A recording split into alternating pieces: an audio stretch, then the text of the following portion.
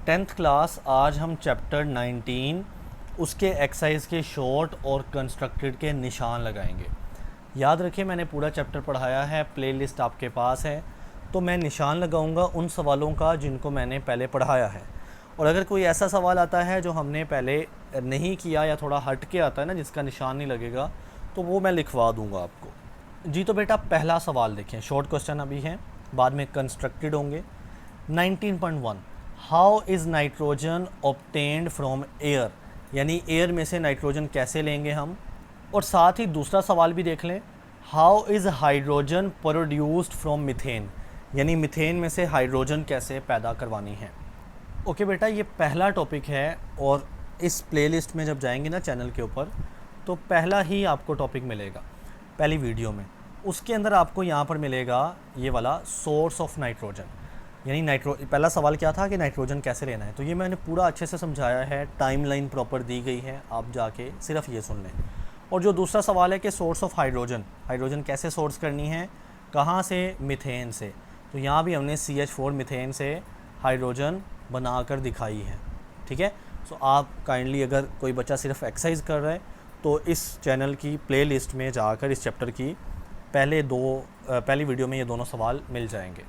जी तो बेटे क्वेश्चन 3 देखें, which conditions are used to oxidise SO2 यानी sulphur dioxide to sulphur trioxide यानी SO3।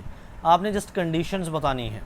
ओके बेटा, पेज आप 77 पर आएँ, ये पेज 77 है, इसमें ये रिएक्शन लिखा हुआ वही वाला, SO2 ऑक्सीडाइज कर रहा है, ऑक्सीजन से रिएक्शन कर रहा है, SO3 बन रहा है। रिएक्शन भी लिख दें, अच्छा होगा, साथ में कंडीशन बतानी है। ये जो V2O5 है ना, इसके साथ लिख देना है कि ये क्या है, कैटलिस्ट है, ये इस रिएक्शन का बच्चे कैटलिस्ट है। उसके बाद 450 डिग्री सेल्सियस लिख के टेम्परेचर लिख देना है कि ये साथ में टेम्परेचर है। और ये 2 to 3 एटमॉस्फेयर लिख के बराबर किसके लिखना है, ये प्रेशर है।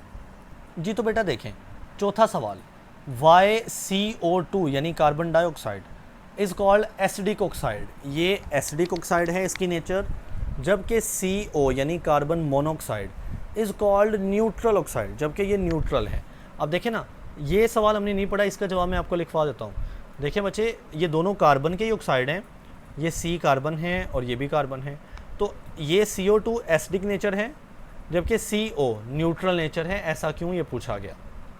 जी तो आंसर पढ़ें, कहता है कार्बन डाइऑक्साइड CO2 एक एसिडिक ऑक्साइड है because it reacts with the water to form carbonic acid. Yes, जब ये वाटर के साथ रिएक्शन करता है तो कोई एसिड बन जाता है, तो इसका नाम क्या है, एसिडिक ऑक्साइड।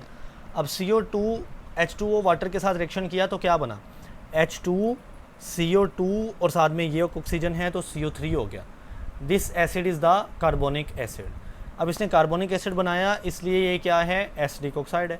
अब जो CO है, कार्बन मोनोऑक्साइड, बेटा ये न्यूट्रल ऑक्साइड है। क्यों, क्योंकि does not react with water acid या बेस, क्योंकि वाटर एसिड बेस से रिएक्शन ही नहीं दे रहा। जब ये नहीं रिएक्शन दे रहा तो ये हुआ न्यूट्रल। ओके, क्वेश्चन 5 देखते हैं, how do magnesium and calcium differ with each other towards their reactions with water, यानी जब हम रिएक्शन करवाते हैं ना वाटर के साथ, तो मैग्नीशियम और कैल्शियम के रिएक्शन में कैसे फ़र्क होता है। जी तो बेटा सबसे पहले बात करते हैं रिएक्शन विद कोल्ड वाटर, ठंडे पानी के साथ रिएक्शन। तो यहाँ पर सिर्फ मैग्नीशियम का लिखा हुआ है कि मैग्नीशियम रिएक्ट करता है कोल्ड वाटर के साथ ना स्लोली। ठीक है, तो स्लोली रिएक्शन करता है, और साथ में रिएक्शन लिख देना कि ये मैग्नीशियम H2O यानी पानी के साथ रिएक्शन कर रहा है और क्या बना रहा है, मैग्नीशियम हाइड्रोक्साइड और साथ में हाइड्रोजन गैस बन रही है। तो बच्चे देखें, ये मैग्नीशियम का रिएक्शन है और साथ में आपने लिख देना है कि ये स्लो रिएक्शन करता है। लेकिन आप जो दूसरा है ना कैल्शियम, उसका रिएक्शन खुद लिखें कि मैग्नीशियम की जगह पे काट के इसको कैल्शियम लिख देना है, यानी कैल्शियम की जब बारी होगी, और उसके साथ लिख देना है विगोरसली यानी शिद्दत के साथ। ठीक है, सो जब कैल्शियम रिएक्ट करता है कोल्ड वाटर के साथ तो बच्चे रिएक्शन थोड़ा फास्ट होता है, विगरस होता है। सो रिएक्शन सेम होगा, मैग्नीशियम के साथ आप कैल्शियम लिख देंगे। उसके बाद बच्चे आप स्टीम के ऊपर भी जाएंगे, क्योंकि स्टीम भी वाटर से ही बनती है ना। सो यहाँ पर आप देखेंगे कि ये जो सारे हैं ना, जिसमें कैल्शियम भी आ रहा है, अगेन कैल्शियम रिएक्ट करता है violently with the steam, steam के साथ भी उसका रिएक्शन कैसा होता है, violent, and reaction can be dangerous, और इतना कि वो ख़तरनाक हद तक जा सकता है। ओके, लेकिन अगर हम यहाँ पे स्टीम के साथ मैग्नीशियम का रिएक्शन देखें तो मैग्नीशियम रिएक्शन करता है स्टीम के साथ मॉडरेट, यानी ना इतना स्लो ना इतना तेज़, दरमियाना सा। सो ये मैग्नीशियम का रिएक्शन लिखा हुआ है, समझ आई। सो अब आपने क्या करना है, देखें कोल्ड वाटर के साथ जो ना वो मैग्नीशियम स्लो रिएक्शन कर रहा था और इधर वो मॉडरेट रिएक्शन कर रहा है, ये फ़र्क है। बाकी कैल्शियम दोनों से तेज़ रिएक्शन देता है। जी तो बेटे क्वेश्चन नंबर 6 देखते हैं। How are the reactivities of the metals determined, कि हमें कैसे पता चलेगा कि कोई मेटल कितना रिएक्टिव है, यानी उसकी रिएक्टिविटी को डिटरमिन करने का क्या पैमाना है, क्या ज़रिया है। जी तो बच्चे आंसर पढ़ते हैं। कहता है the reactivities of metals are determined by observing how easily they react with substances such as oxygen, water and acid. यानी मेटल कितना आसानी से, मतलब ईज़िली, कितना ईज़िली रिएक्शन करता है ऑक्सीजन के साथ, वाटर के साथ, एसिड के साथ। जितना ईज़िली वो इन सब्सटेंसेस के साथ रिएक्शन करेगा, हम कहेंगे कि बच्चे वो मेटल उतना ज़्यादा रिएक्टिव है, उसकी रिएक्टिविटी उतनी ज़्यादा है। तो कहता है जो metals that react more readily, जो इनके साथ ज़्यादा रेडली, तेज़ी से रिएक्शन देगा ना, आर मोर रिएक्टिव, हम कहेंगे वो ज़्यादा रिएक्टिव है। जी तो क्वेश्चन 7 देखें। Which secondary pollutants are produced by oxides of nitrogen. हमने ऑक्साइड्स ऑफ नाइट्रोजन का आखिरी टॉपिक पढ़ा था ना, तो उसमें हमने देखा था कि कौन कौन से सेकेंडरी पोल्यूटेंट बन सकते हैं। जी तो बेटे सबसे पहले ओजोन है, O3, ये बन सकता है। फिर एक कंपाउंड है पैन, यानी पर ऑक्सी एसिटाइल नाइट्रेट, P पर oxy, A acetyl, N nitrate, ये कंपाउंड है जो कि सेकेंडरी पोल्यूटेंट है। उसके अलावा नाइट्रिक एसिड यानी HNO3। ओके जी तो बच्चे साथ ही हम कंस्ट्रक्टेड रिस्पॉन्स क्वेश्चंस को भी समझ लेते हैं। पहला क्वेश्चन देखें, why ammonia is regarded as important chemical. Ammonia क्यों इम्पोर्टेंट है, इसका जवाब देखते हैं। जी तो बच्चे वही पहला टॉपिक है और पहला पैराग्राफ ही इसका जवाब है। वही बात अगर किसी ने समझना है ना, तो प्लेलिस्ट में पहली वीडियो इस चैप्टर के लेक्चर की ना इसी के ऊपर है, वो ये जवाब छोटा सा सुने, उसको सारा क्लियर हो जाएगा। उसके बाद दूसरा सवाल देखें, how SO2 present in the atmosphere is converted to SO3।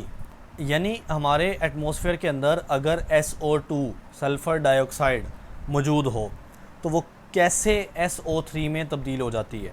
जी तो बेटा यहाँ पर आखिरी पेज में, एक्सरसाइज वाले पेज में आना है और यहाँ पर लिखा हुआ है कि जो सल्फ़र डाइऑक्साइड है ना, यानी SO2, ये ऑक्सीजन से रिएक्शन करती है प्रेजेंट इन द एयर। जब वो एयर या ऑक्सीजन में मौजूद होती है ना, तो ऑक्साइड्स ऑफ नाइट्रोजन यहाँ पर कैटलिस्ट का काम करते हैं।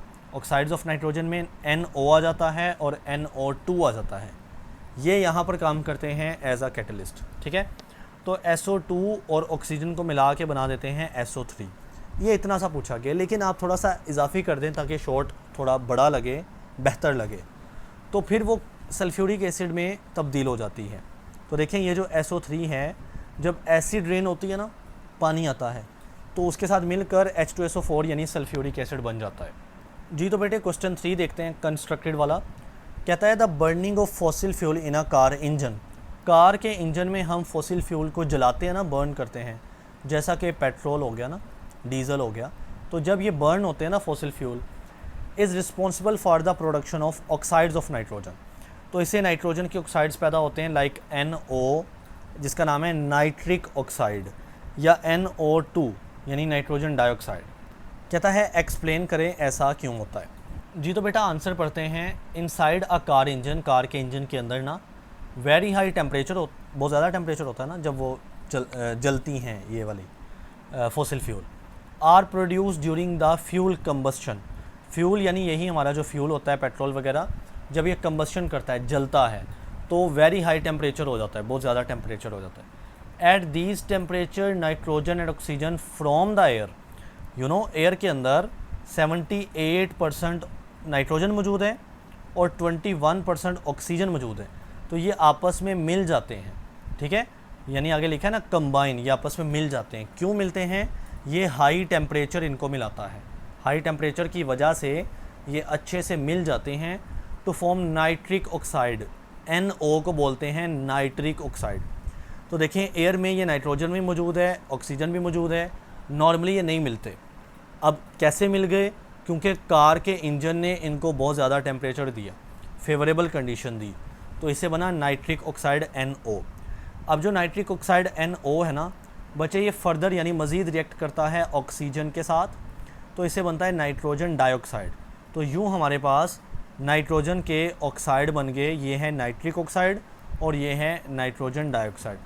आगे अगर आप ना भी लिखें तो भी मसला नहीं है, लेकिन लिख भी लें तो भी कोई इशू नहीं, बेहतर है। कहता है दीज ऑक्साइड्स ऑफ नाइट्रोजन, यानी नाइट्रोजन के ये दोनों ऑक्साइड्स हैं ना, कंट्रीब्यूट टू एयर पोल्यूशन, ये हवा को आलूदा या गंदा करते हैं, स्मोग बनाते हैं, स्मोग आप देखते हो, एंड एसिड रेन भी इनसे बनती है। जी तो मूव करते हैं क्वेश्चन नंबर 4 के ऊपर। कहता है the metals present at the top of the reactivity series, reactivity series के ऊपर वाले यानी टॉप के ऊपर जो मेटल्स होते हैं, रिगार्डेड एज मोर रिएक्टिव, तो बेटे वो ज़्यादा रिएक्टिव माने जाते हैं, then those present at the bottom, उनसे जो नीचे होते हैं, जो नीचे होते हैं वो कम रिएक्टिव हैं, जो ऊपर होते हैं वो ज़्यादा रिएक्टिव हैं। कमेंट टू दिस स्टेटमेंट, इस स्टेटमेंट पे कमेंट करें।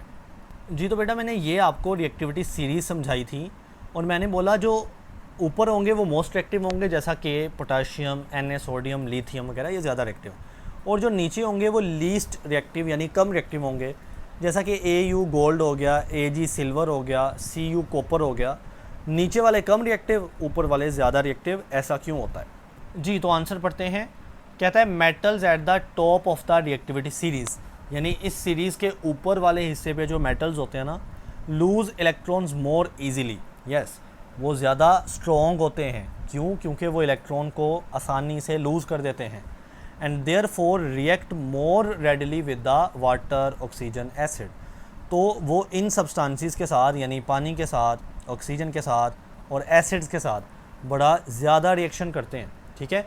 जबकि जो मेटल्स होते हैं ना एट द बॉटम, नीचे ऑफ द सीरीज़, इस सीरीज़ में जो नीचे वाले मेटल्स हैं ना, लूज़ इलेक्ट्रॉन्स लेस इजीली, वो इतनी आसानी से इलेक्ट्रॉन को नहीं छोड़ते, लिहाजा वो लेस यानी कम रिएक्टिव हैं। ओके, तो मैंने आपको मिसाल दे दी ऊपर वाले और नीचे वाले, यहाँ भी वही तकरीबन लिखा हुआ है। जी तो बेटे आखिरी सवाल है, हाउ फॉसिल फ्यूल्स, किस तरह से फॉसिल फ्यूल्स प्रोड्यूस यानी पैदा करते हैं SO2 सल्फ़र डाइऑक्साइड गैस। जी तो समझते हैं इसको। कहता है फॉसिल फ्यूल ना, अब फॉसिल फ्यूल में क्या आ जाता है? कोयला आ जाता है, पेट्रोलियम आ जाता है जिसमें पेट्रोल, डीजल, बाकी ऑयल वगैरह शामिल होते हैं ना, तो इनमें ये फॉसिल फ्यूल्स की कैटेगरी में आते हैं। कंटेन सल्फ़र इम्प्योरिटी, बच्चे इनमें सल्फ़र S की इम्प्योरिटीज़ शामिल होती हैं, ठीक है।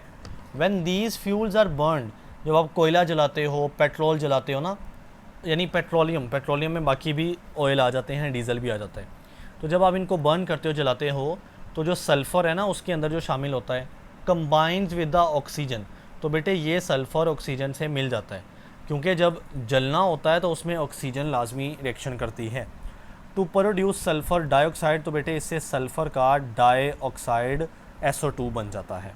नाउ कहता है sulphur dioxide can further react in the atmosphere to form sulphuric acid leading to acid rain, यानी ये जो रिएक्शन वही है कि सल्फ़र डाइऑक्साइड से पहले क्या बनेगा, SO2 ऑक्सीजन से मज़ीद रिएक्शन करके ना SO3 बनाता है। अब जो SO3 होगा वो H2O यानी पानी के साथ रिएक्शन करके क्या बनाएगा, H2SO4 यानी सल्फ्यूरिक एसिड, और ये सल्फ्यूरिक एसिड से एसिड रेन हो जाएगी।